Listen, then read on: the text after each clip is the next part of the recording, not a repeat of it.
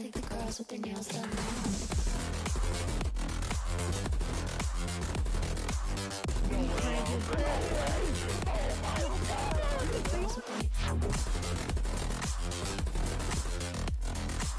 Oh my god, Sashi!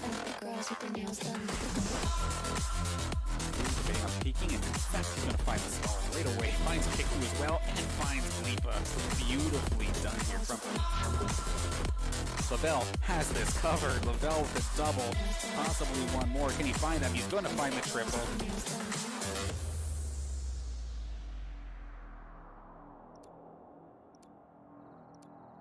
All right, welcome back. We're finally getting back on our way here with game number 2. This time we have ourselves a little bit of another switch up, and actually they're going to get started right away here for this search and destroy. So we'll hop right into the swing of things. Of course, going to have my man on the left, St. Clair, on the right. You may notice something a little bit different in regards to the players, but Priestley has made it back here for the side of St. Clair.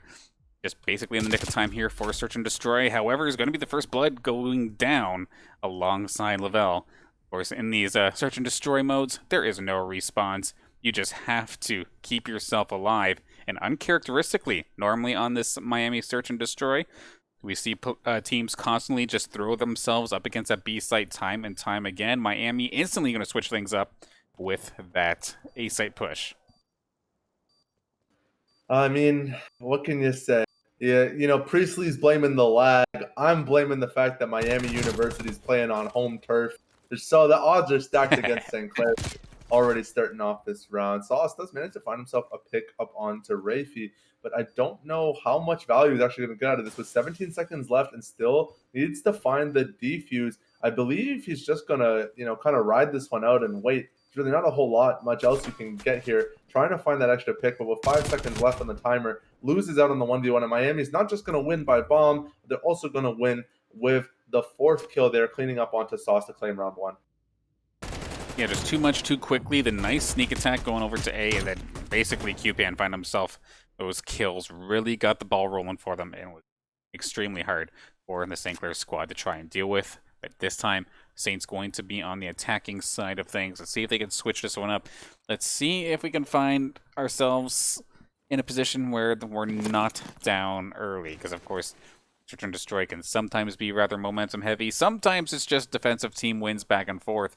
But that's already been busted here today on this Miami matchup, considering Miami just secured the attacking win. So we'll have to see. What happened to defense wins every time? And, maybe it's not defense wins every time. Maybe it's just better team. QPan finding the first pick up onto Lavelle. Sauce still has the bomb in hand. Priestley's going to go down losing out on the 1v1 against Rafi. So now you've got Sauce and Brandon against the world. And Sauce is going to drop with bomb in hand. St. Clair losing out on 4 gunfights, getting 4-0'd by Miami. Just absolutely wiped on that defense.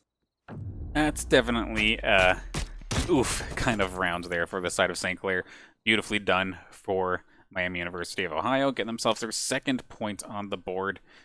Nice and quickly and decisively at that, and nothing is more painful. Like it's basically like a kick in the shins, or worse, whenever you just get completely perfected like that there for St. Clair. So hopefully this time on defense, they can prep for maybe a little bit better in regards to that 8 points. We oftentimes see a situation similar to what they're holding, actually. But Priestley, a little bit of extra backup this time. Gonna get shot at, but he's going to survive as of this moment. Lavelle is the only one near this A site. But Calby, we did see him start off super strong during game number 1. Already in position, get this bomb down, force Saints' hand. That being said, though, Lavelle opening fire does find Rando. But the bomb's already planted. Saints have to move. Priestley getting a 2K, picking up a kill onto Kelby and QPan. So it's just going to be Rafi left. And now St. Clair in a 3v1 situation. They've got eyes on him, winning out on the 1v1 against Priestley, however. So it's going to be up to Sauce here. We can already see Brandon trying to get some long-distance fire onto Rafi. He does manage to get a little bit of poke down, but he's just too far to find that angle. And Sauce cleaning up the kill with 20 seconds left. They should be able to get the defuse here. And that's going to be the round for St. Clair.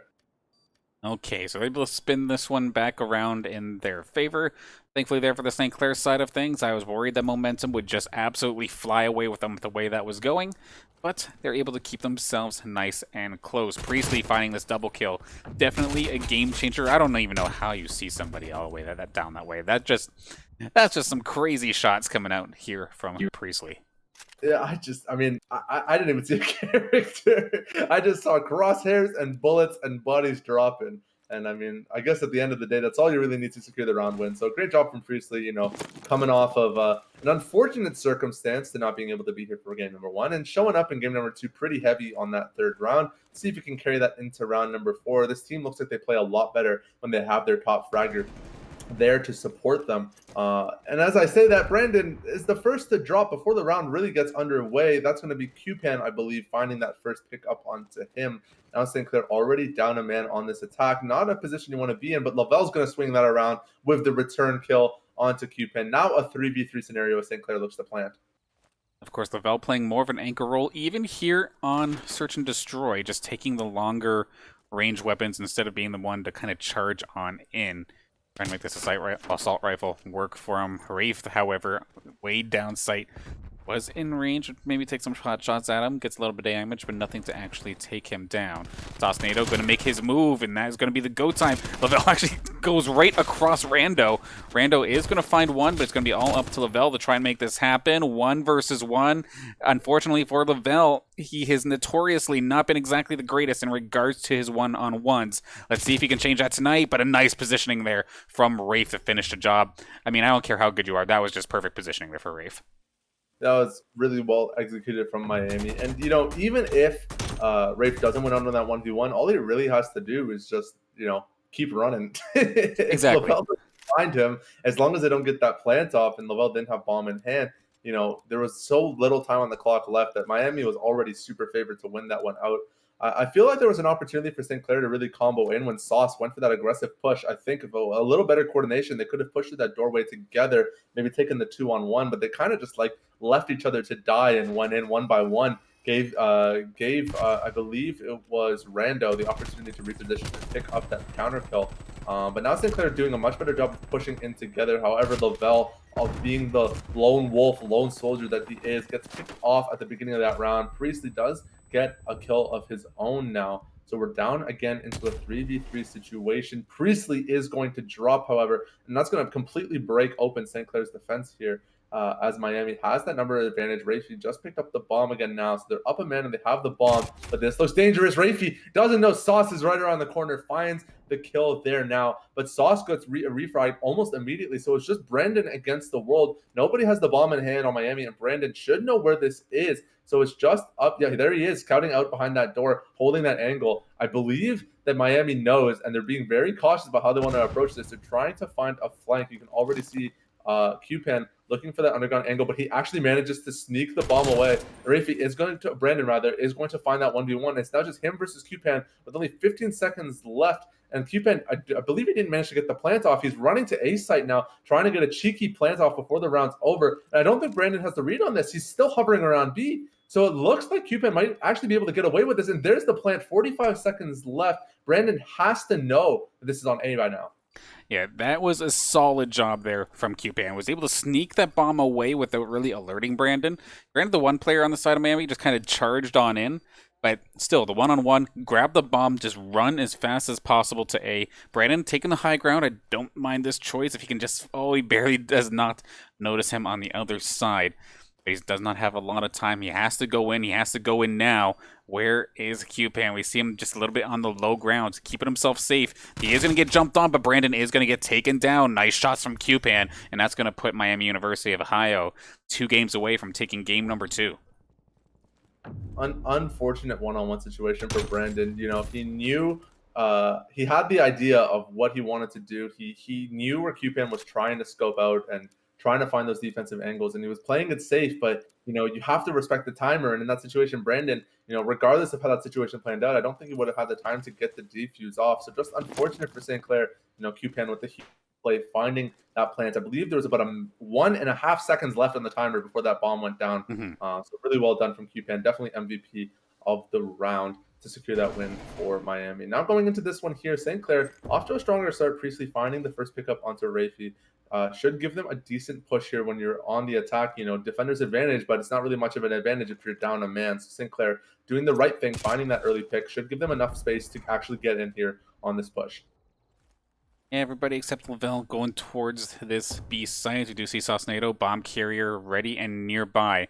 He can find himself an opportunity. Priestley here for the different angle. Sauce is going to move on in. A little bit of backup cover fire here from Priestley. He's going to take care of Calby. But there is still more members on the side of Miami University nearby. Number 4 is this. We have Cupan trying to make his way from the background. But there is also Rando, but that's going to be the kill there from Lavelle. Of course, making that anchor position work for him, catching the rotation, and Saints are going to take this one nicely. Going to get themselves their second point on the board, keep themselves in the game. Nicely done. Not just a win for Sinclair, but a perfect win too. The 4-0 cleanup for Sinclair. Sauce actually gets the bomb planted before finding the last kill of the round. So really, it's just winning the round, surviving with, I think that was like 1 HP. Yeah, that was nuts. That was right down to the wire. So well done from Sauce to close out that round. And now Sinclair evening up the score a little bit. The tempo is still definitely in Miami's favor. And now they're on attack, and they've shown that they do pretty well from this attacking position. So we'll have to see how this round plays out. But Miami, I mean, you know, the time is really on their side here. You know, they've got a lot of time to figure out the optimal strategy here. They only have to win 2 rounds to win it, where St. Clair has to win 4.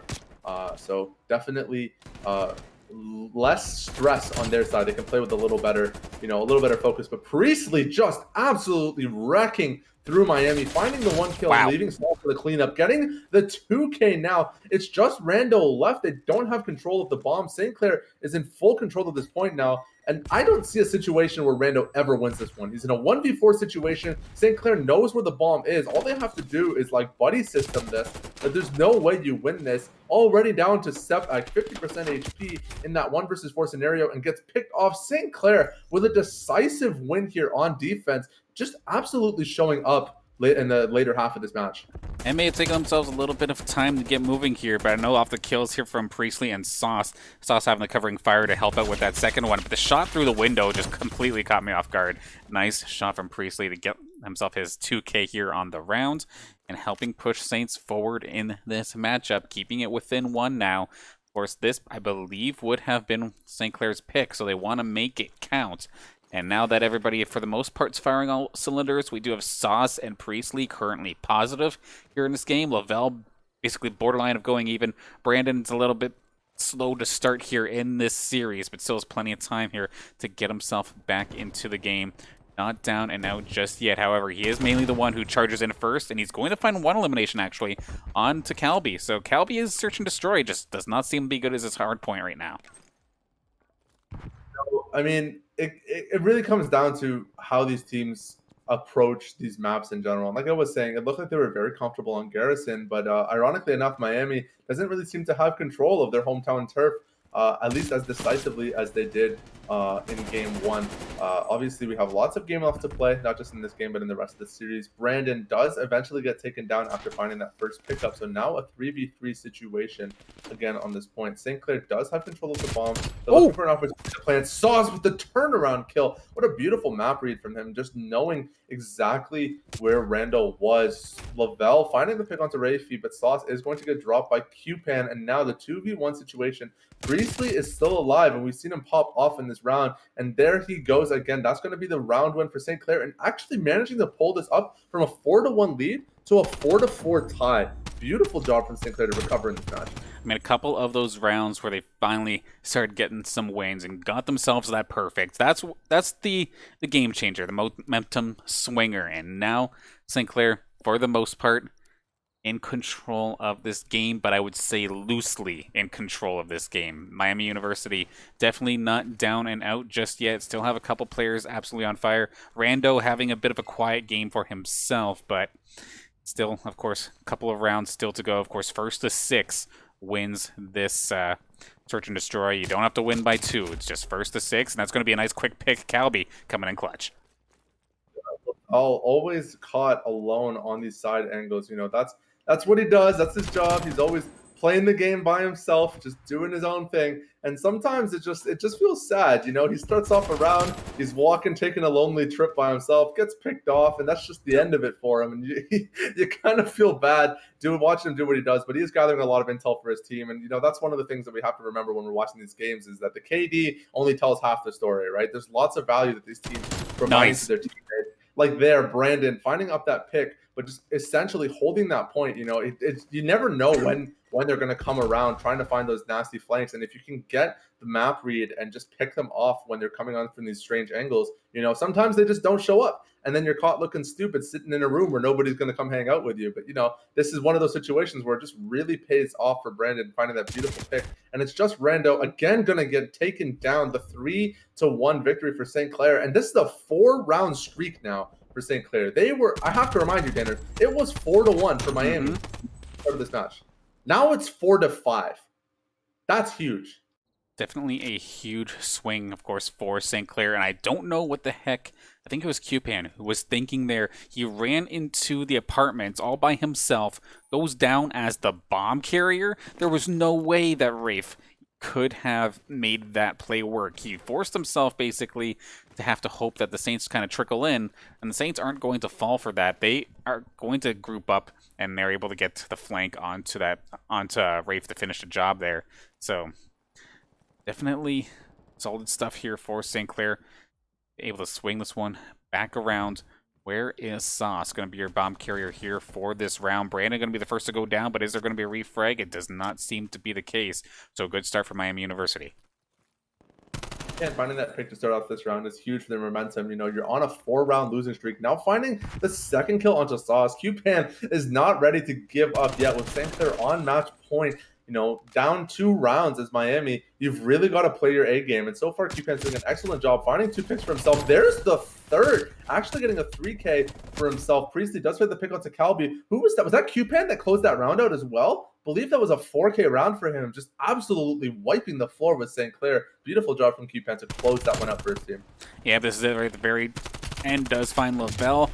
Goes into the duel with Priestley, uses the palm tree to his advantage, and takes down Priestley, which means no matter what, this game seals the deal. And who's on what side? It's actually Miami on the attacking side.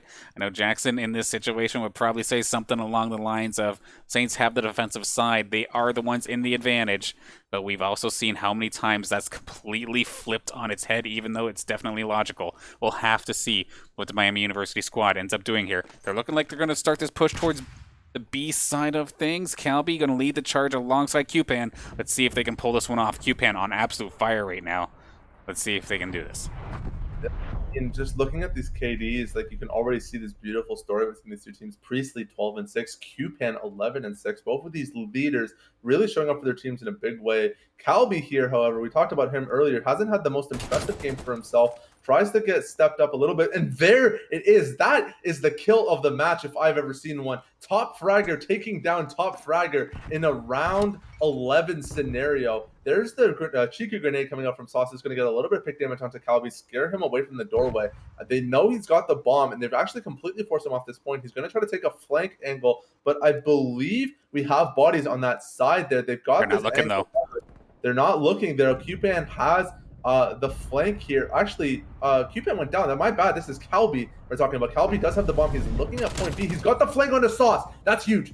Priestley has to know that he just went down. He's got to have eyes on this, but he's scared to trust his point. Rafi providing that cover fire is actually going to allow for Calby to get that plant off. This is massive for Miami. That's foot. For 40 seconds, but there's a foot showing Priestley stepping in a little bit closer. There's the cleanup kill. They've just got to get the defuse now in a 2-versus-1 scenario. He's got eyes on him. That's going to go down. Priestley going to clean up the shot for St. Clair with a huge last man standing victory. Round 11 on S&D. St. Clair going to take the win in game number 2.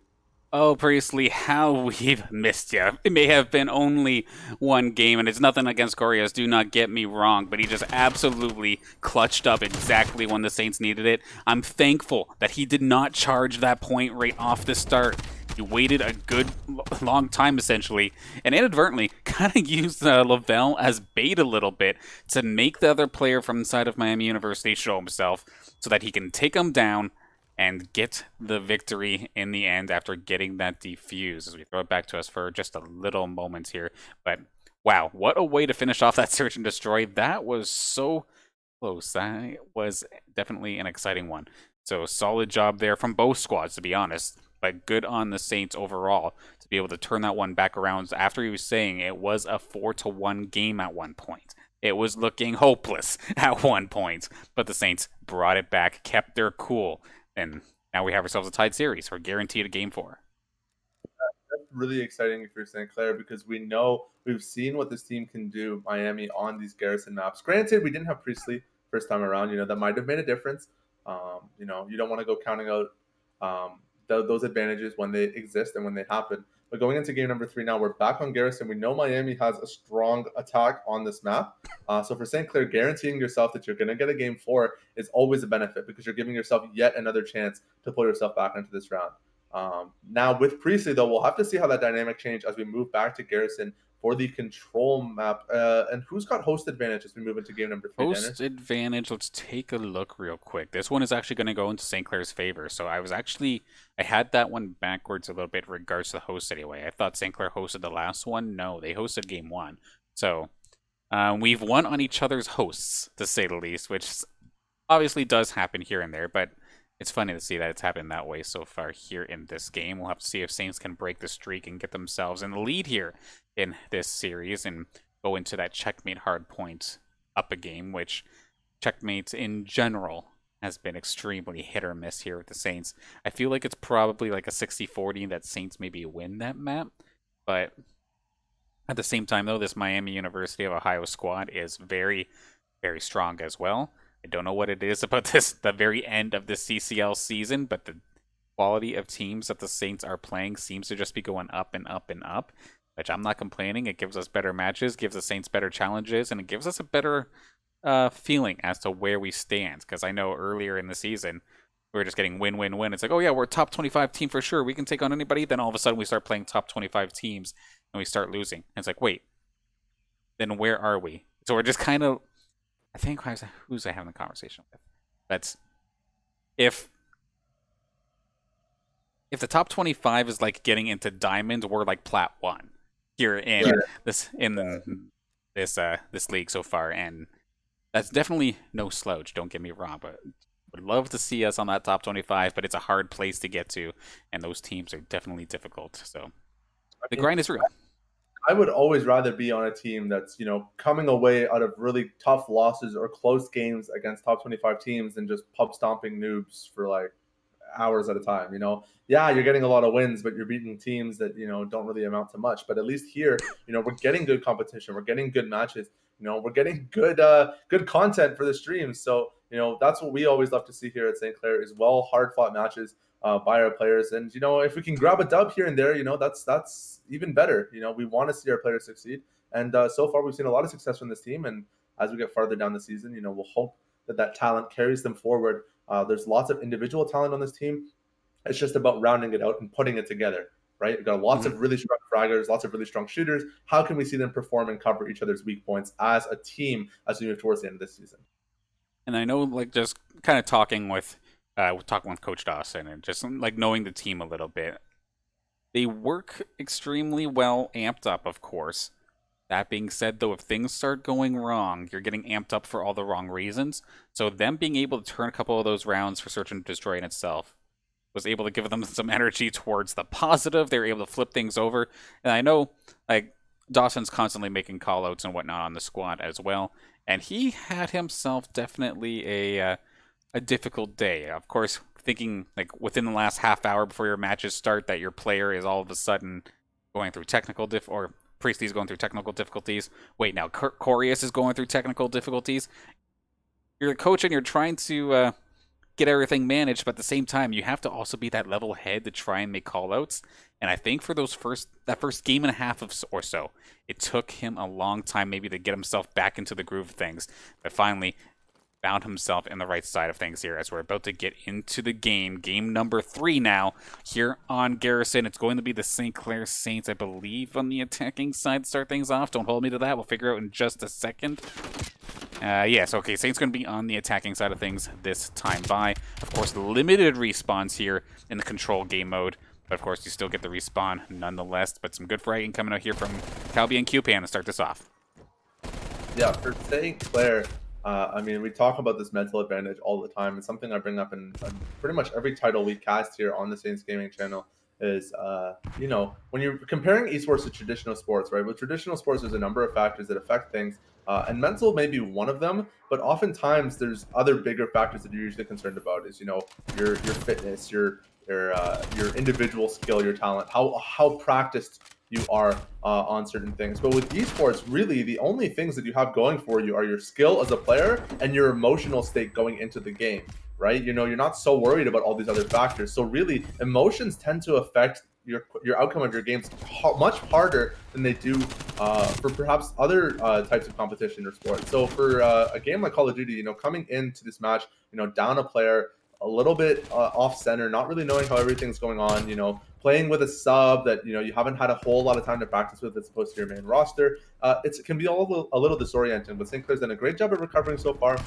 And now coming into this control point map, you know, they're doing a decent job of finding these attacks. They're only down really 2 lives. Actually make that 1 against Miami here as they go for this push. They haven't been able to get a touch onto any of these points yet, though. They're trying to make a push onto B side now, and Miami looks like they're kind of okay giving up a little bit of this. Now finally managing to find that 33% push onto B. Priestley doing a great job holding that point. Lavelle finding the kill, but does get counter killed, and Rafi is going to find the double. Priestley Nice. popping off with Brandon with the cleanup kill. That's going to be 66% of the way there, and it's going to be really hard for Miami to touch this point. They've got 2 on point now, and I think Miami is just going to concede this and hold their spawns for A. They don't want to get trickled off, so to give St. Clair too much of an opening to get that second push. So St. Clair is going to walk away with that B point.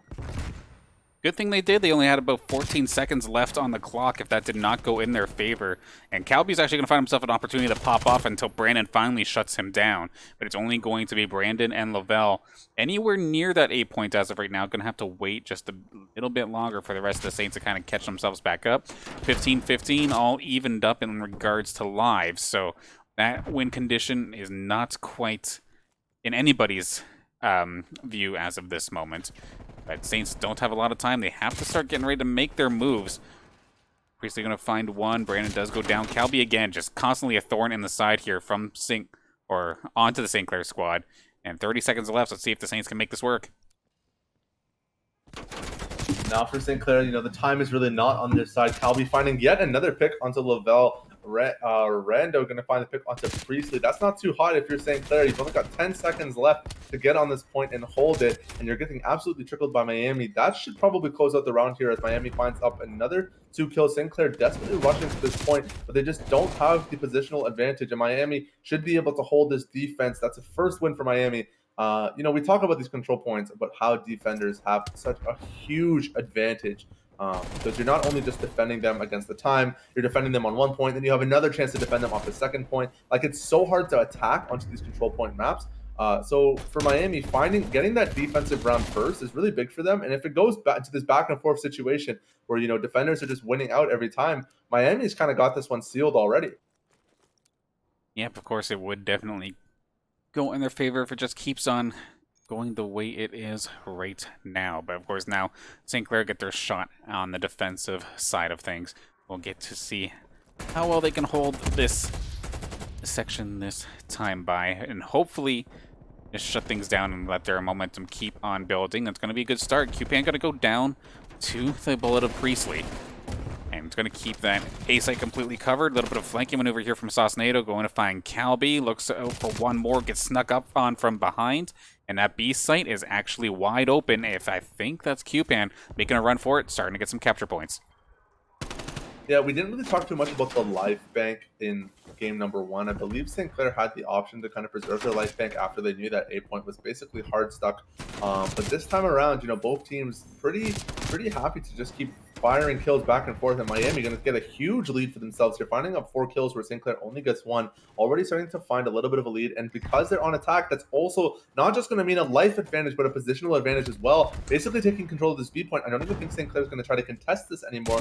That should be the cap for Miami as they move forward on to A in just momentarily, as Sauce and Brandon actually do an incredible job fighting those picks. Priestley getting a kill, Brandon getting a 2K, and St. Clair actually managed to reclaim control of B.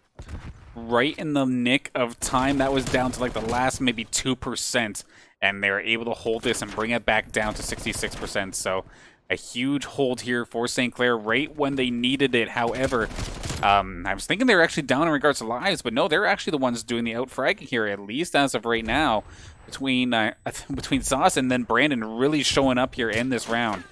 Just clutch plays all around. Let's see if they can keep this going. Sauce going to find himself yet another one, and he has just, him and Priestley, just absolutely finding their shots here today. Oh, unfortunate for Sauce. Does get flanked off, unfortunately. What had a decent position for himself, was looking to get an attack onto Rando and Rafi as they push towards the point, but does get flanked from behind, and that should break open the point for St. Clair. Unfortunately, with just 10 seconds left on the clock, Miami is able to finish up the cap onto B point. Now, got their sights on A. St. Clair getting picked off a little bit before this. It should give Miami an opening to push in. You can already see Q-Pan and Rafi moving towards that A site. St. Clair trying to get themselves reestablished on this point. Lavelle doing a great job holding the point by himself. But, you know, it's for St. Clair now. Like, they've got this hold. They've shown this really strong defense. For Miami, the only way this really works out is if they can really find themselves a really solid, clean kill. Like, this one-for-one kill trades aren't going to do anything. You've got to get a team wipe. You've got to get a multi-kill, something to give your team that space to get in this push. Absolutely, because considering they're 2 down, if this keeps going, the Saints should be fine. But Rafe actually going to find himself the double. Nicely done. Calby going to find another. So now this is basically completely evened up. Looks like Miami University actually have complete control over this point. They have a lot of players here, so this is going to go quickly. Saints are going to have to trickle, and anytime you have to trickle, it's usually a bad time. Sauce trying to make something happen, however, not quite going to find it. Rando with the double, Rafe with the finishing blow, and the attack is going to be victorious. Beautifully done there from Miami University of Ohio. That's just the worst case scenario for St. Clair. You're getting picked off, letting the enemy team get complete control. 4-man onto the point with 20 seconds left on the clock. You know, they've got this huge positional advantage. You're forced to trickle because you know that the longer they stay on that point, the faster it's going to get climbing. And it's just unlucky for St. Clair not being able to find that solid pick. Maybe if that first initial push, I believe it was Sauce that showed up on point first. Maybe if he just waits like an extra second to give his team that time to get behind him so that they can secure the frag. But they pushed in just a little too fast and weren't able to capitalize on it. And that's going to be a rough start here for St. Clair already. Priestley going to be the first casualty here in round number 3. Of course, Miami only needs one more round victory, whether it be on attack or defense, to take game number 3 and put us on the wrong side of the column of sorts going into the checkmate hard point. But Saints trying to fight back. They're going to be down pretty heavily on lives, so to start things off, extremely brutal start here. Q-Pan with the double, finally going to get shut down here, but still, he did the damage he needed to do. Those streak standards, Rafi already at the start of this round, 5K streak for him. He is just playing out of his mind on this map. And, you know, we talked about this coming into this map. Miami just plays really well on Garrison. You know, at first we weren't sure, you know, is it the sub difference? Is it because we were running somebody else other than Priestley, you know, down our top fragger? But it just seems like Miami just has a better understanding of this map and how to exploit a lot of these points. And they're just finding picks in places that St. Clair just isn't ready to respond or adapt to. Already down 9 kills now in the life bank for St. Clair. Like, no matter how you look at this round, unless they can just find some crazy turnaround play, now a 12K difference, regardless of how your attack actually ends up going, you've already tanked so many lives in your life bank that as we move closer and closer to that round 5 scenario, you've taken such a hit in this round. So Miami, not just finding a great round win, but finding a huge advantage for themselves overall in the terms of the match. And that should be the game. That's actually, 3-0 for Miami. You know, I'm thinking about a game 5 scenario, but we're getting wrecked 3-0, unfortunately. So Miami really showing up on Garrison again in this match. Now, at a 2-1 difference, it is the best of 5. So this next match, as we go into checkmate for that hard point again, this could be the game for Miami. And one thing that does make me a bit worried going into the next couple of rounds here. So, like, best case scenario, of course, St. Clair takes game 4. Game 5, we're still going back to Garrison. So it's all these angles that Saints are maybe having some hard times trying to cover. You're going to have to do that, and you don't even get to respond anymore, or respawn anymore. You have to be able to take those initial gunfights as you see it. You can't come back, of course, on Search and Destroy. So if it is the Garrison difference here for St. Clair, I'm nervous going into the rest of this series. That being said, though, we still have to deal with Checkmate, which of course has been a bit of a hit or miss normally on the positive side of things here for St. Clair, but still, it's not super convincing to the point where I say, okay, Checkmate, it's definitely a Saints map. No, it's not the equivalent of a King's Row here in from Overwatch into Call of Duty, where we know, like, okay, Saints are going to pick this map, they're going to win on this map, okay. That's like 80% of the time they're going to get the victory. No. Like I was saying before, maybe 60-40 in the favor of St. Clair going forward here, and that's still plenty of odds against them. So there's in progress of getting this next lobby going, but let's see. Yeah. Well, I'm starting to wonder, Danners, if these analogies that we're making are helpful for everyone in chat or just for you and I to communicate with each other. Definitely having the pleasure of casting a number of titles here gives me a lot of perspective on how all of our teams approach these games and kind of getting to compare and contrast the different styles that we see. St. Clair Saints, we're all one org, but every player is different. Every team is different. Every manager and coach is a little bit different and treats their two games a little differently. But as far as Call of Duty is concerned, and as far as we know about these players, there's one thing we know, and one thing we know for certain is that St. Clair has a lot of Call of Duty talent on campus. And really, as we play against these teams that are better than us, it's not necessarily that we're getting outskilled individually, but more just that they have better understandings of the maps or better understandings of team strategy and covering each other's angles and positioning properly on those points. So it's a lot of macro learning that can really happen in these games. And the best thing that you can do if you're St. Clair is as you play these games, you guys are good fraggers, you guys have good aim, you guys are good mechanically. What can we learn from these teams that are giving us a hard time in these matches? And right now, this Miami team, if maybe they're just Garrison Fiends, like who knows? Maybe this is their map and they just pop off every time they get it. But they've definitely shown an incredible performance as a team. And having that privilege of playing against them in a match as important as this one here, Week 7 in this CCL, is just such a privilege if you're St. Clair. Okay, just getting a couple things fixed up here for the actual players in the lobby itself. Looks like we are pretty much good to go for this for the Checkmate hardpoint. And I completely agree with you. I know we use a lot of references from other games here during our broadcast, but I always try to touch on as many comparisons as many ways to help many different players of different things try to understand the game. So if I do get a little bit overkill at times, do definitely apologize, but it is what it is, just trying to get everybody to understand. But nonetheless, we are loading in here for game number 4, now or never for the St. Clair squad. Let's see if they can make this one happen. Hopping into the game now.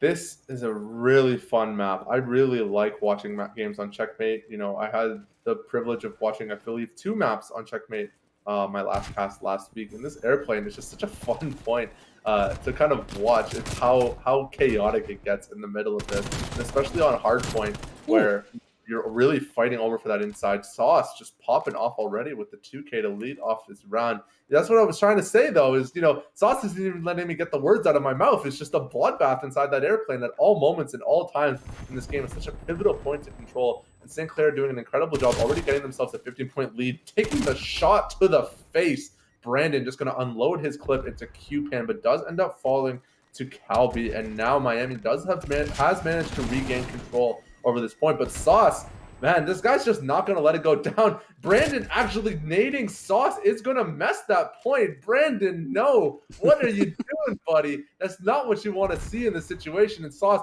was looking like he was about to set things off for St. Clair, but Brandon hit him with the not today. And now Miami is going to be able to round out that hard point as St. Clair moves forward to get the capture onto the next point. They actually do manage to find that pick off. Priestley getting that nice little cheeky point as Brandon sits on the objective and starts racking up points for his team. So Sinclair doing a great job adjusting to that second spawn. But man, I can't get over that team kill. Brandon, buddy, my God, not the play you want to see. Definitely a little bit unfortunate there, but it was basically the eject button and get them outside to get ready for this next point, because for the at least in the first initial seconds, Saints had exactly what they would have wanted. They were all in position for that next hard point. Lavelle had the spawns flipped inside of St. Clair, so everybody was on that right side. You get killed off the point, doesn't matter. You can get there right back within a couple steps. But unfortunately, we're not able to keep that one up until this moment. 10 seconds or so still in the hard point. Nobody probably going to go contest that, because this time by, we are going to have to go underneath the plane for this next capture point. Brandon, off to a bit of a better start here compared to the last hard point. However, Q-Pan on the other side seems to be going off on all cylinders as well. Calby finding one, Ray finding one, and Saints back on the back foot. Yeah, for Clair now, you know, you've got all your spawns. They're not necessarily in the most optimal spot, but at least they're grouped up together. Psych, just kidding. Now we flip sides, and all of a sudden, Brandon is left alone. You know, it was looking decent for St. Clair, because at least if you're spawning together, you can push forward together. But these trickle spawns are really going to mess with St. Clair's attacking approach. Priestley getting zoned off the rest of his team here. Not able to fight with them in this initial push, but Lavelle actually doing an incredible job finding 2 kills for himself here on this point, looking out for a third. He's got eyes on Calby, but is going to go down to Q-Pan. Priestley is back on the point, hasn't managed to get himself on the kill board in a while, actually, is going to fall again. I don't believe we've seen too many kills from Priestley, like at least not as much as we'd expect. He's basically keeping up with everyone else on his team, which is just so uncharacteristic of him, usually top fragging by quite a significant margin. But everyone on St. Clair has really come to play in this map, holding a decent 20-point distance against Miami. They're losing for sure, but they're not losing by much, and St. Clair actually managing to gain control of the second point. Yeah, that last couple seconds there were definitely in the favor of the Saints. However, now it's also going to be a bit of a struggle. These trophy systems are going to make things extremely difficult for the Saints to try and breach as well. Of course, Miami up into the north have that hard point completely on lockdown, and it's going to be difficult. That being said, though, Priestley finds himself a double, and Brandon comes swinging in, get that final blow, and get himself onto the point, start catching some of these points, and he's doing a solid job defending this time by. It's nice to see Brandon back in action here, going even, compared to some of the other games that we had seen where he was basically negative all the time. Seems like his mood has finally just absolutely kicked in, momentum on his side, and he's getting himself back into this game. And it is kind of funny when we're like, hey, where's Priestley? I feel like he's not doing anything. He's going even, but it's just like you're saying. We don't usually expect Priestley to go even, and I know that's expecting a lot out of the player, but it's just how the Saints team kind of rolls as of late. But new hard point, basically even, and we're about to get underway. Rafe with the solid double to give Miami University of Ohio a fantastic start for this point, but Priestley, nice double. As we slow things down a little bit going to this point, Danners, maybe for myself, I'll admittedly, and for the viewers as well, talk to me a little bit about this trophy system. You hinted at it on that last push. What are we looking at here with regards to advantages or disadvantages gained by the system? Definitely one of the more commonly used items in the game. If you are familiar with Jaeger's ADS system from Rainbow Six Siege, basically it shoots grenades out of the sky, so whether it be a flashbang or a frag grenade, it shoots it out of the sky. You don't have to worry about grenades now, for at least the time being that it's there. That being said, one tap and it's basically dead. But if you can put it into a good position and make it extremely difficult for anybody to try and breach in with utility specifically. That's a really interesting mechanic, and I'm sure lots of creative uses for defending onto these points.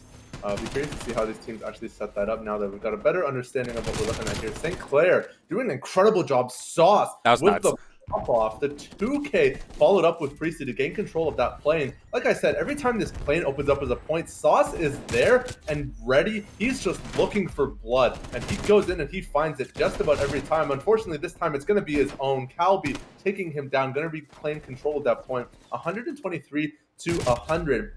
Now in the favor of Miami, but actually this hard point is far closer than the first one we saw, only within a 30-point distance at 3 minutes remaining. I believe around the same time last game, it was basically effectively over for Miami. So St. Clair putting up a much better defense here. Now, maybe it is a roster difference, Danners. I mean, it's hard to say. It's really hard to figure out what the difference is between how that Game 1 and Game 3 played out, but St. Clair definitely showing a much stronger defense on this hardpoint against Miami University. I mean, the only problem is, okay, we were down by 100 at this time last time. Now we're down by 20.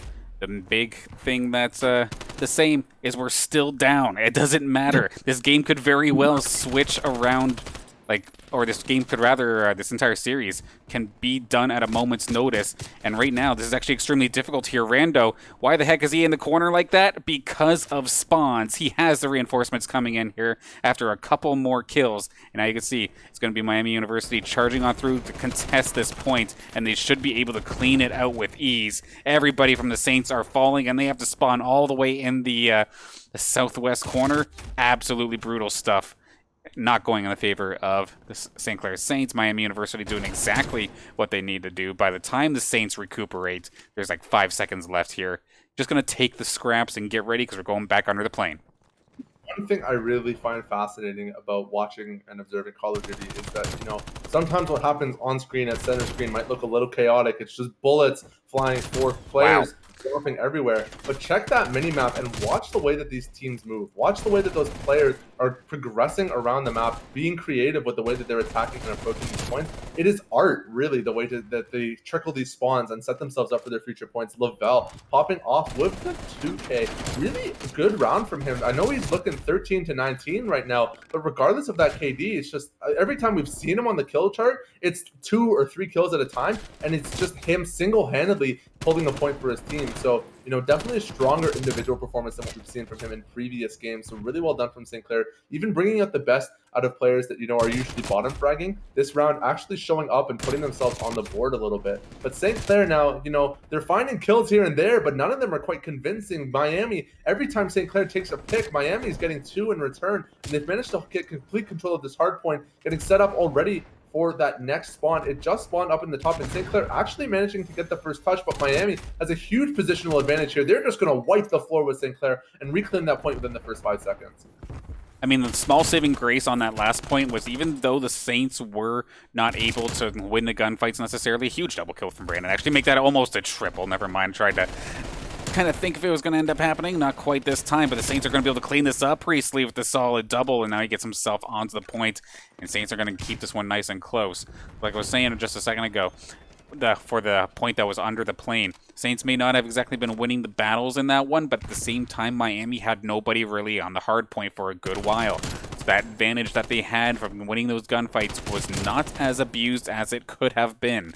So this is still completely close. Saints are going to get themselves in the lead just ever so slightly, but they have to get themselves in position for this next hard point way on the south side. And right now, this one's looking good for Miami if they can pick this one back up.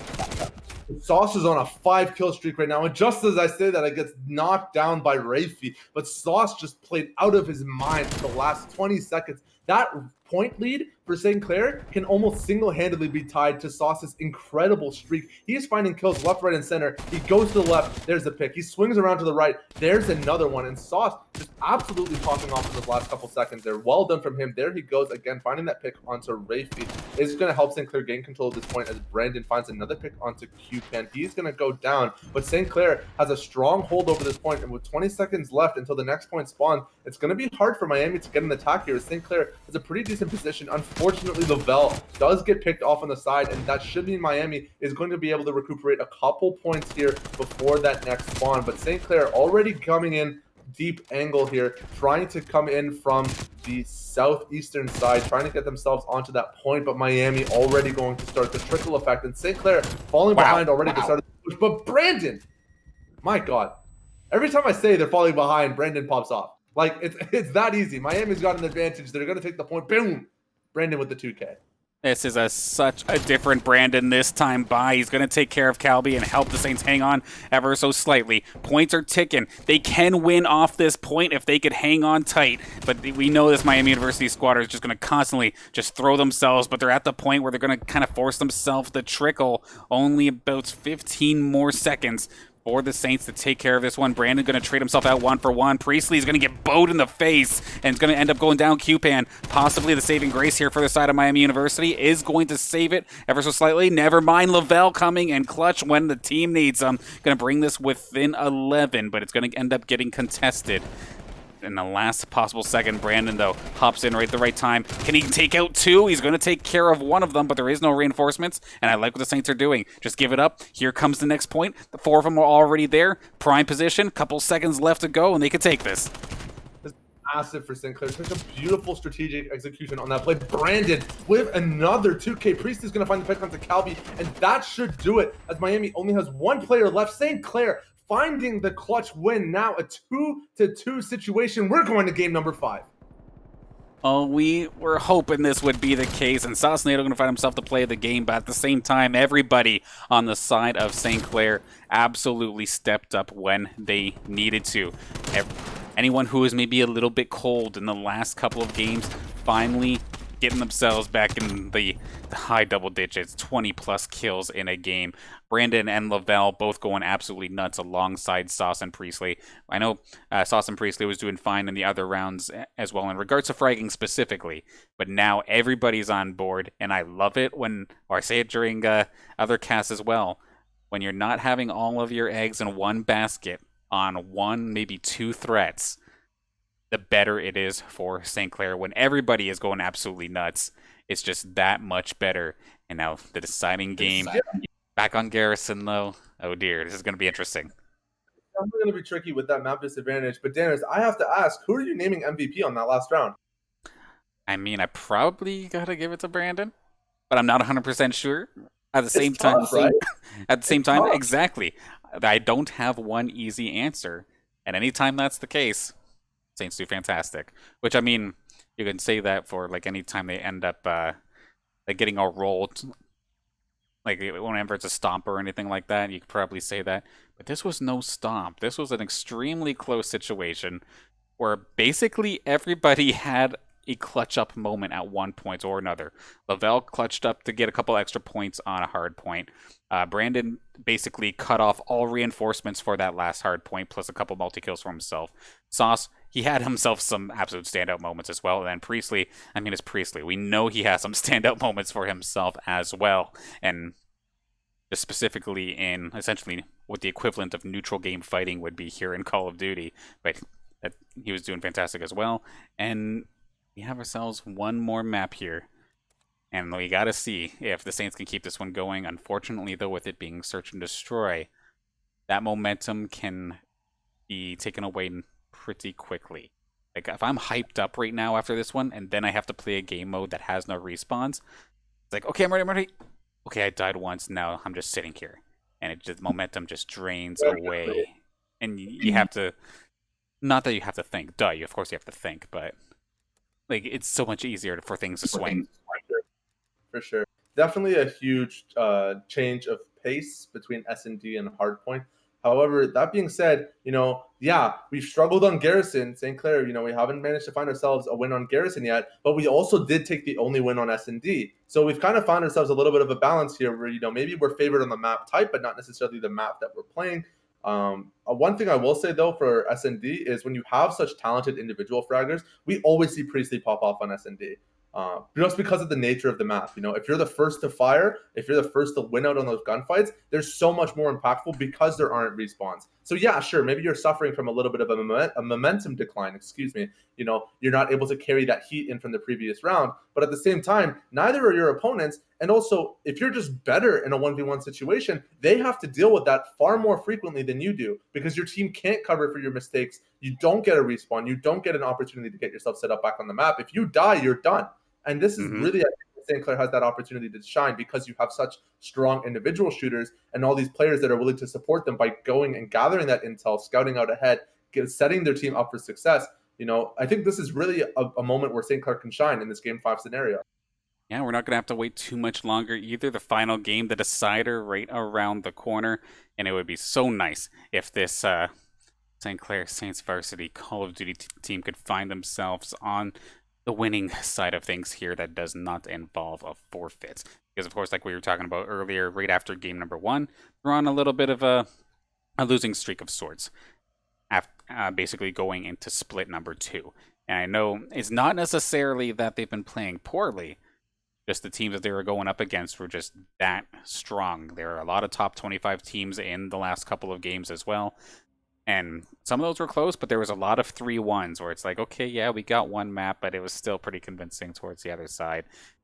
And you want one of these games, like these Game 5 games, and how fantastic would it be if they could clutch one up here tonight, get themselves back on the right track, so they can go into the rest of the CCL and try to tear it up. But without further ado, let's get ourselves into the game, as it is search and destroy on Garrison. Let's get it.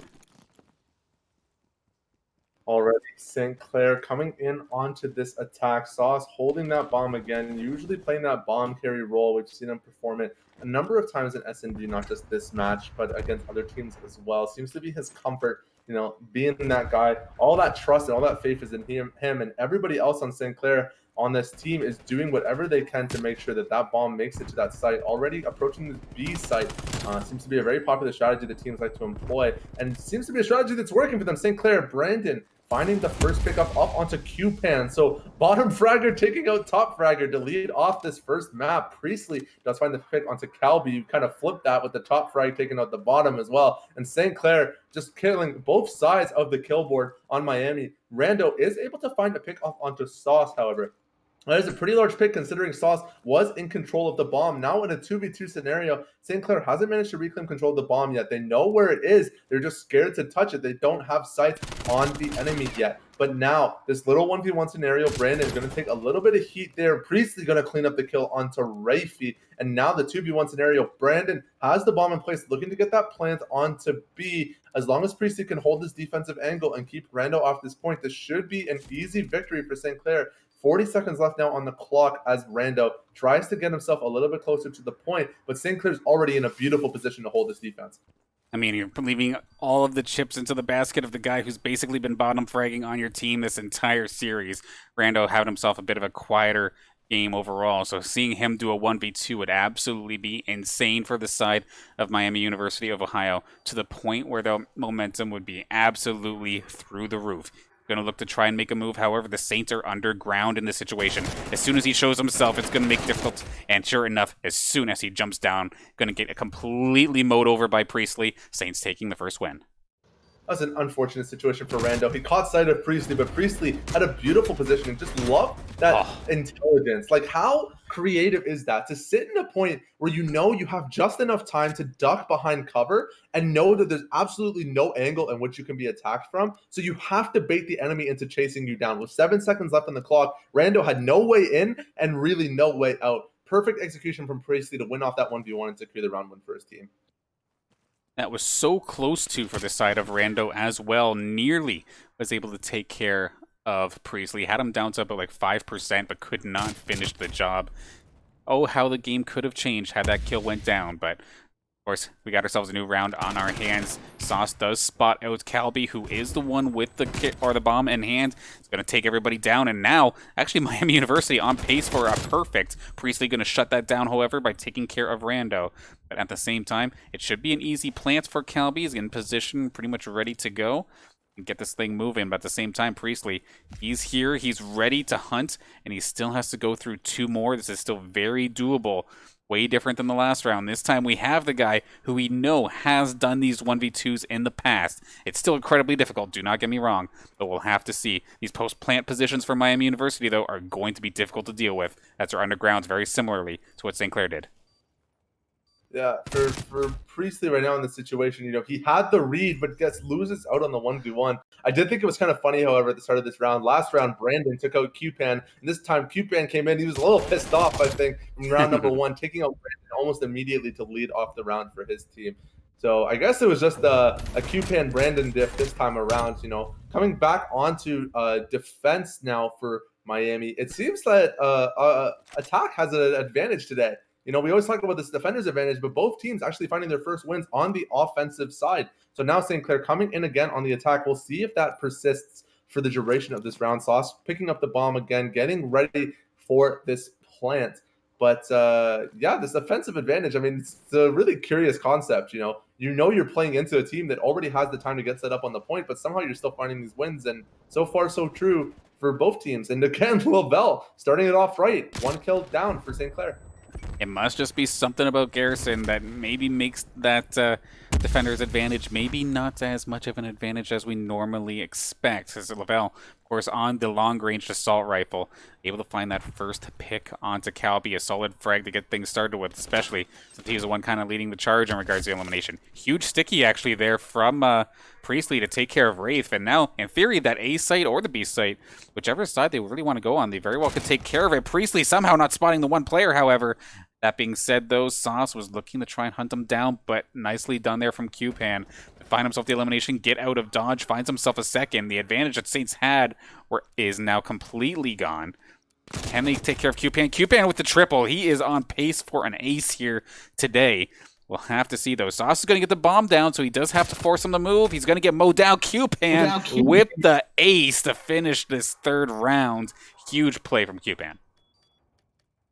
And now 5-1 in this match so far. We've seen him just pop off like crazy in the rest of these rounds, just absolutely performing for his team, top fragging nearly every round, finding clutch plays for his team nearly every round. Here is one again, that pick off onto Brandon to set things off for his team, close out the round here as he makes a move onto Sauce to round it out and find that closing kill. Just an incredible performance from Miami here, especially like we started off strong. Lavelle finding that pick, it was looking good for St. Clair. But if you don't take Cupan out early, you're not going to take him out late. I think that's the moral of the story here for St. Clair. So they can find that it's not just about taking down the enemy, it's about taking down the enemy that matters. And right now, the enemy that matters is Cupan. Definitely seems to be the equivalent of the carry of sorts here for this squad as of right now. When he's hot, the team's hot. When he's cold, the team's going down. And now we'll have to see Saints on the defensive side of things. A little bit of a standoff to get things going, but nobody ready to make a move yet. Bomb is going to be back in Calby's hands, back in the underground section near point B. First kill is going to be Cupan going down to Brandon. Another huge elimination here for Brandon. Of course, he may not be getting the most amount of eliminations, but he seems to be finding the ones that really matter, which will take that every day and twice on Sunday as well. So we'll have to see. 3-on-4 in the favor of the Saints with 40 seconds to go. It's this Brandon versus Cupan matchup that's really dictating the narrative of these games. It feels like whoever wins that 1v1 duel tends to win the round. So Brandon getting that kill onto Cupan already, putting Miami at a huge disadvantage, down their top fragger already. They are able to find a pickup off onto Brandon, though. So Rafi able to get that counter kill down. They are looking like they're able to get the plant onto B as Lavelle gets the pick onto Rafi. Miami actually doing a decent job here. Their bottom fragging players, Rando and Calby, actually doing a decent job of holding this offense as a two-man squad. Now the 2v2 versus Sauce and Lavelle. Sauce has eyes on Calby, but he's not going to get the jump. He's got to chase him around this underground here. Does manage to win out on the 1v1 here. They know where this bomb is planted, but they don't have eyes on Rando, and Rando is doing a decent job holding this long angle. Not able to find the pick onto Sauce, however, and Sauce with the turnaround 1v1. Who is this guy? He barely has him in his eyesight. He barely knows where he is. There's just vague gunfire coming from the opposite end, and he just turns around and takes his head off. Sauce with the huge pop-off to close out that round for St. Clair. Oh, Rando's biggest mistake there is the fact that he did not hold his fire when he didn't have the proper sight lines, the proper engagement. Gives his position away, and then Sauce just snaps right to him like it's nobody's business, somehow living with about 5% HP left, and is able to bring the Saints back tied up here in this series. It looks like we're going all the way here, which would be an absolute fantastic finisher for the Saints if they can keep this up. Force for Search and Destroy, 1st to 6. You don't have to win by 2. But it's definitely going to be stressful here on forward.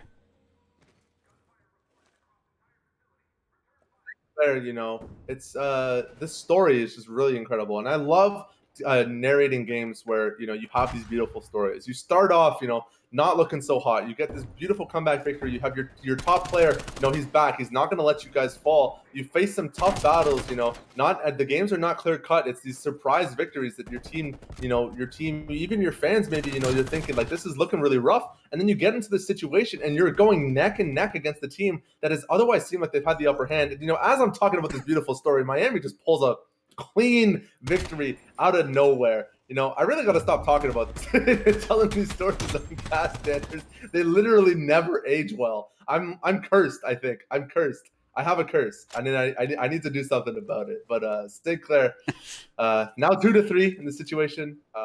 Back on defense, I believe. So hopefully they can use that defender's advantage against Miami's offensive. But yeah, you know, I'm just gonna stop talking. I think I don't want to think too much. Miami University of Ohio says narrate this round over, instantly taking care of it. That being said, Lavelle in position does not win that fight. The huge headshot coming out here from Calby to just overthrow the fact that he was the one who actually got jumped on, able to hang on to that bomb as well, going towards B-site as of this moment at least. Nice and well covered there in the underground area, I do believe, just on the outside of it actually. So as his team ready and waiting, 3 members for the Saints to try and pull this one off. Sauce is in the underground. If somebody decides to meet him down here, he will hear the jump, or the landing rather. So Sauce definitely going to be keeping his eye on that. Where is Calby? Right on the entranceway. He's going to make his move, tries to get the jump on the Sauce. A little bit of a trade. Rafe was actually there as well. Now this is looking very rough here for St. Clair. Calby going to be able to make his way over, get this thing planted. He's got so much crossfire protection. He's not even funny. And it's going to be very difficult for the Saints to try and pull this one off. Priestley is somehow almost going to take care of that, but not quite. Brought that close, but that pistol of Rando going to come in clutch. Brandon finds himself a double. Can he somehow pull off an ace and get this win back in track here for St. Clair? Otherwise, Miami's going to go 2 wins away from cleaning this one up. Doesn't have the read here on the position, but actually finds the kill. I was looking at that. I'm like, there's no way he's going to get the jump, but he does. Brandon with the absolute pop-off, and now it's just Brandon versus Calby. Oh my God, so close. He had the read, but I think he just overextended a little bit. You have to know there's so much noise you're making there. You know, they're going to catch you out. Unfortunately for Brandon, time was not on his side, and he has to make the biggest play he can. You know, even from the losing side, does manage to pull the MVP of the round. And Brandon, I mean, we've been talking about this guy a lot. I think really Brandon is the clutch king for St. Clair. Like, sure, Priestley is their top fragger. Sauce is your most reliable player. Lavelle is your incredible, like, intel collecting, just like first on the objective, first to scout, first everything. But Brandon is just the clutch king. In all of these situations, he is like, and every time we see Brandon come up on the kill feed, it's like 3 kills at a time. He is never just a quiet member of this team.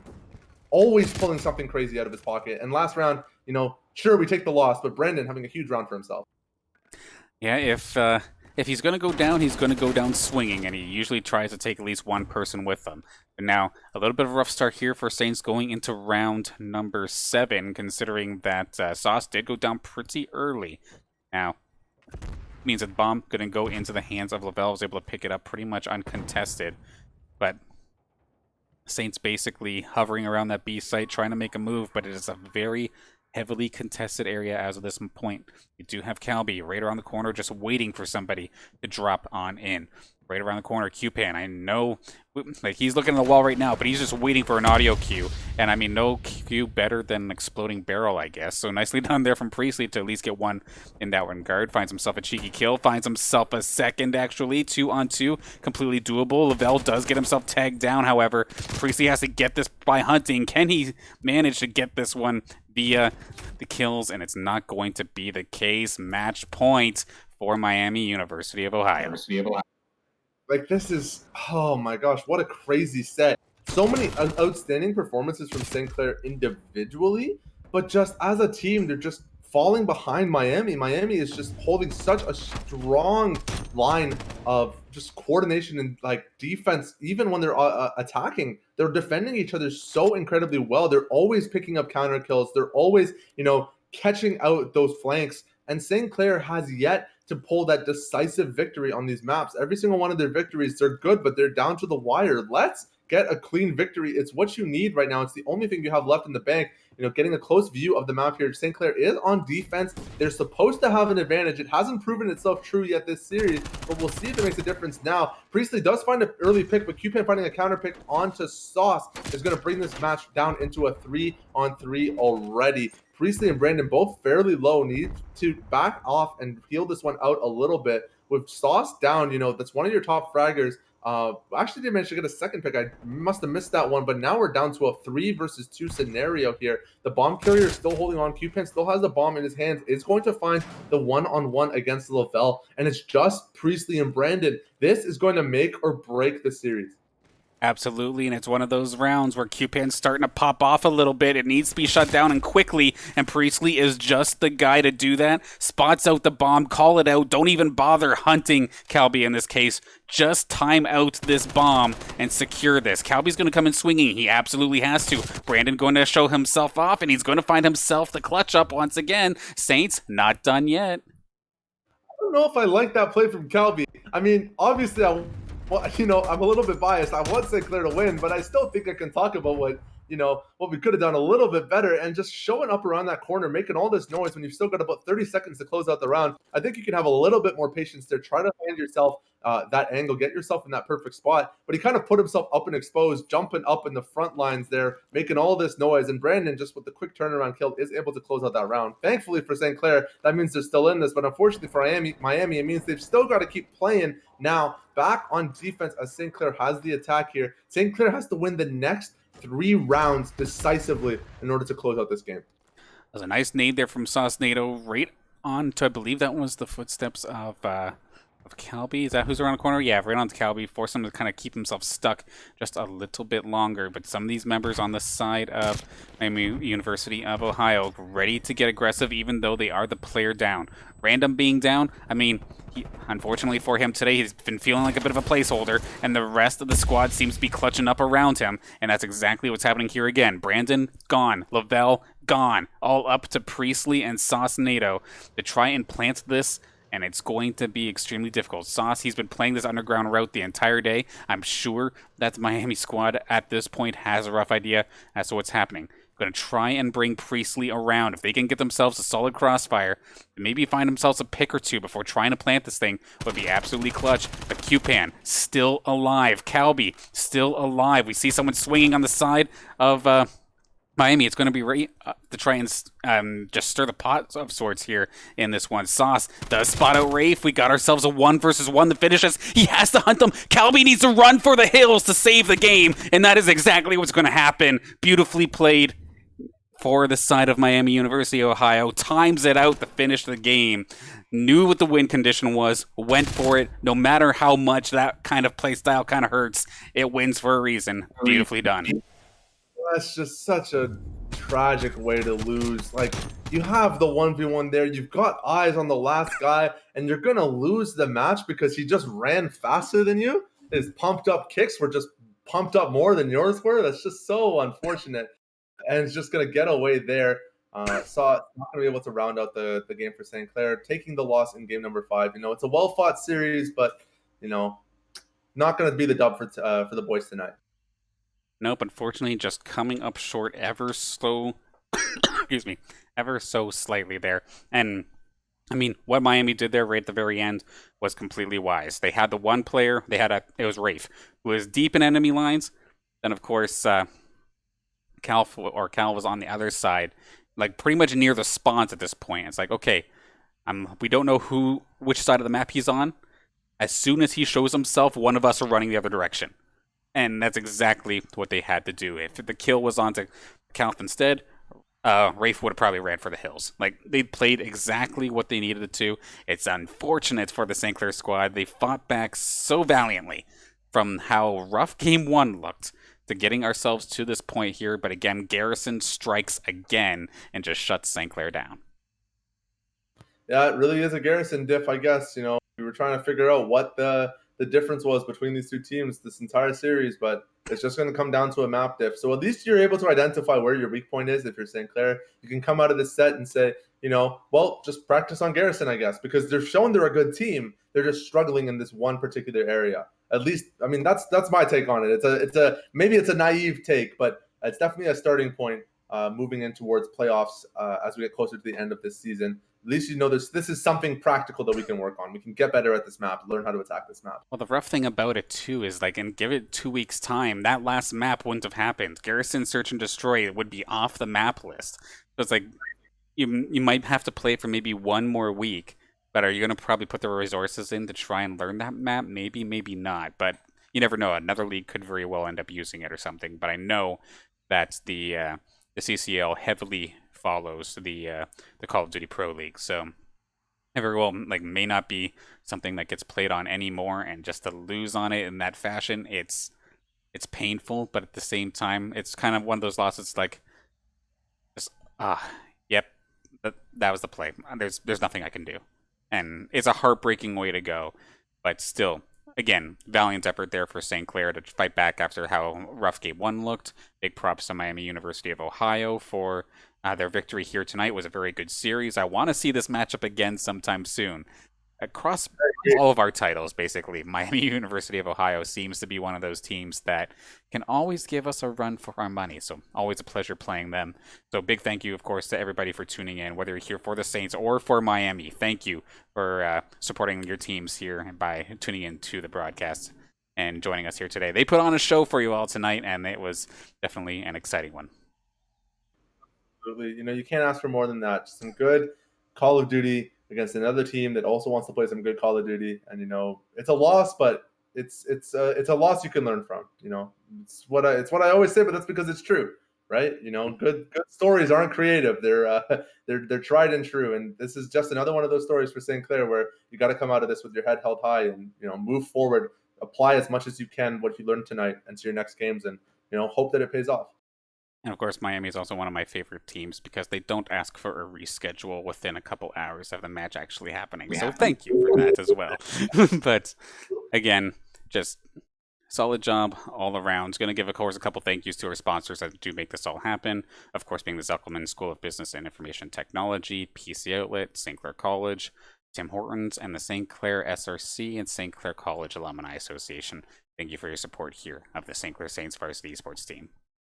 But at the end of that, quite the entertaining match. Shadi, you've been treated pretty well, actually, in regards to the couple of Call of Duty matches you've gotten to cast. They've been some bangers. You enjoying yourself?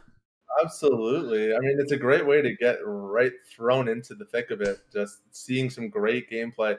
I feel like I'm learning at a mile a minute here, and I'm getting to see some really awesome gameplay, and it's really showing me so much about these really cool games. And this is the kind of stuff we get to do at St. Clair. We just thanked our sponsors, but just really from the bottom of your heart, getting the opportunity to learn and see all these games and, experience this stuff with all these other passionate esports players on campus is such a beautiful thing that, not a lot of schools and students really have the advantage of. And something I'm really thankful for each and every day. And being able to cast these games with you, of course, is such a great time. So thank you again to everybody for supporting the streams and for giving me the opportunity to do this, because I wouldn't have it any other way. Absolutely. And of course, for anybody additionally who wants to take their hand in regards to production, casting, honestly, go and join the Saints Discord, message me. I'm constantly looking for opportunities for more people to learn the observing side of things, learn how to cast, even if it's a game you don't necessarily know. At the same time, Shadi, you were strictly League, Overwatch, and Hearthstone. This entire semester, you've basically tried your hand at everything at this point, right? Strictly this one thing, but I had my foot in everything, man. I got to try as much as I can. Definitely, Call of Duty and CS:GO are brand new for me. Getting used to these FPS titles, it's a brand new world for me. I have potato hands. I cannot play shooters, and I don't even pretend like I can. So definitely have kept my distance from these games for the longest time, but it's fun getting into it. And, don't be scared. If you're someone out there that wants to try casting, wants to try production, observing, even help out with the marketing side of things, making montages, whatever you have your passion for, there are spaces and opportunities to do it. You just have to take advantage of them. So, reach out to this guy. Hold on. Let me get the finger right. Yeah, there we go. I got it. For me, it feels backwards, but this is right. This guy over here, he's the man to talk to. So definitely get in touch with Danners if you want to try your hand at any of these things. Absolutely. I'm not going to chase you. You have to just come here and show me that you want to learn, and then I will absolutely teach you whatever you wish that I absolutely know about. But also, if you happen to be on the player side of things looking to get into competition, I'm going to quickly throw this on over to our slide here because we're constantly recruiting, even for September. Some people may think it's a little bit early, but no, rather early rather than trying to fill in holes late. The teams or the games listed below, including Valorant, is here, and you have to apply below here, stclairsaints.ca/join. If the interest is in there, we could possibly make it happen. Another thing quickly to plug, as well as, of course, our merch store that is currently being updated constantly right around the corner. Of course, right now you'll have our jackets, sweaters, t-shirts, masks, and a couple additional t-shirts. But there's going to be way more right around the corner. Some things just getting finalized. So I'm going to hang on a second before I actually spill any beans there. But definitely take a look at acquire.ca/saints.